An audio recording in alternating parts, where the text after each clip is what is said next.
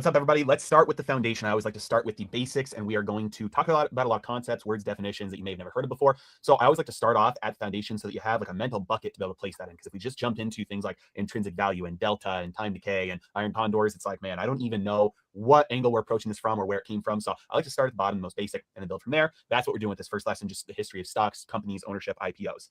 Looking at my monitor there, even though it looks like I'm looking at the screen that I'm drawing on here. So pie chart here. We start off with 100% ownership. You've got a business that you start, you own 100% of it. And let's say this business generates for you $100.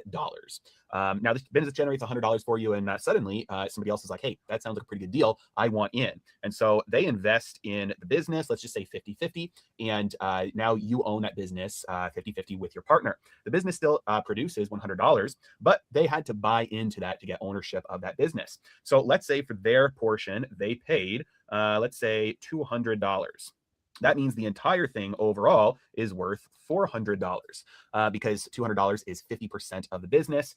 And if it generates $100 per year, that means it'll be 4 years until that business, or 2 years until the investor, 4 years until the investor gets paid back what they put in, because the business generates $100 a year. That's $50 per share. There's 2 shares here.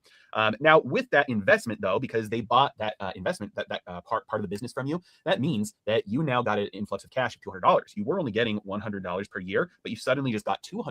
So maybe you're able to take that $200 as the business and you're able to buy something with it. Maybe you're able to employ somebody, you're able to buy more inventory, you're able to buy marketing, whatever it is. And instead of the business generating $100 next year, because of the investment, it actually generates $200. Well, if the business was worth $400 at a $100 valuation, I'm sorry, if it was worth $400 at $100 per year that it was producing, well, the valuation is going to increase then. So if the cash flow produces $200, well, now maybe the business is worth $800 because it doubled the amount of money it produces. And so maybe there's somebody else willing to invest at an $800 valuation instead of a $400 valuation. Now, obviously, this makes sense, but from a large scale standpoint, many people don't realize that's all that's going on with public companies. So instead of just one person coming in with $200 on the left side here, basically you got to a point in the 1600s, they were called Dutch auctions, where people wanted to create companies that were too large for any single investor to be able to invest for the amount of capital they needed. And so you had them saying, hey, look, like we can't get the millions of dollars that we need because we don't know anybody who has that amount. So let's just sell off, half of our company here and open it up to the public to invest in. And instead of just selling one share for 50% of our business, we'll sell millions of shares for 50% of our business. So instead of dividing up that pie into 2 slices, you divide up that pie into 1 million slices or 10 million slices. And so then each person in the public who wants to participate, they can buy one of those shares, they can have ownership of that company. And again, if you take all the shares, add them all up, then it's going to equal whatever the total value of that company is. And that's how shares work today. If you take all of the shares that exist and you multiply them by the price per share, you get the market capitalization. That's the total value of the company. And that is basically how IPOs and stocks and shares operate from the standpoint of ownership of the business.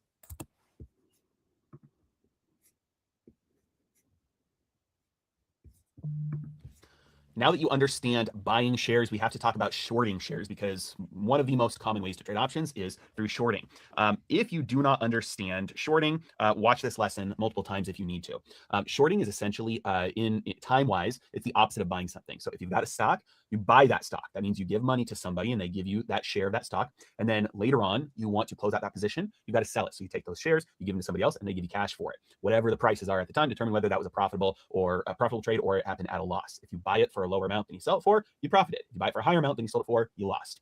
Short selling is just doing those in reverse. Now, for those of you who have never shorted before, I'll explain how this makes sense in a moment, but it's simply doing it in reverse. So your first action is to sell it. That means you're selling shares, you're getting cash for it. And then if you want to close out that trade, you're gonna have to buy back more shares, and then you spend money on that. And so those 2 trades cancel each other out. And then again, same thing. If you bought it for a higher price than what you sold it for, you lost money. If you bought it for a lower price than what you sold it for, you made money. It's just the order that's reversed. When you're shorting, you sell first, then buy second.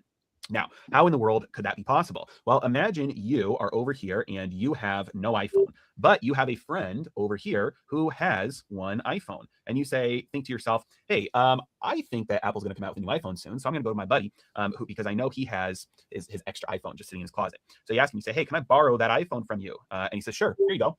And so you take that iPhone and you go out and you sell it and you get some cash for it. So that's the thing that most people leave out in explaining shorting. It's the borrow. You cannot just sell it without having something to sell, right? So how did you get those shares to be able to sell them? You borrow them from somebody who owns them.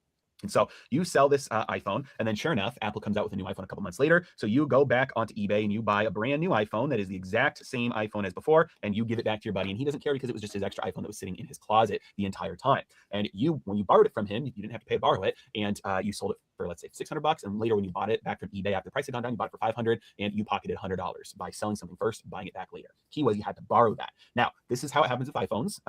Same thing with stock shares. If you want to short a stock, you're going to be borrowing those shares from somebody who owns them and just wants to keep them. Now, what would have happened if your buddy came to you and your buddy said, hey, I need my iPhone because my regular phone that I use every day broke, so I need my iPhone. Well, you'd have to go that day and go buy that phone off of eBay. You might not be able to wait until the new iPhone comes out and the price drops. So maybe you have to pay $620 when you had sold it a week before for $600. So if that happened, well, you're out of luck. And so the person who owns the shares can come back to you at any time and say, hey, I need those shares back right now because I want to sell them. And then you'd be forced to go buy those shares to deliver them back. Doesn't always happen, very rare, but it does happen. And so that would be how shares are shorted. Now, this isn't the only, and keep in mind, this is important for options. This isn't the only way you can sell something without buying it first. Think of your time. You don't have to buy your time in order to sell it first. You just have it. Think about something like creating a contract, like an insurance contract. The insurance company doesn't have to go buy something in order to sell it to you.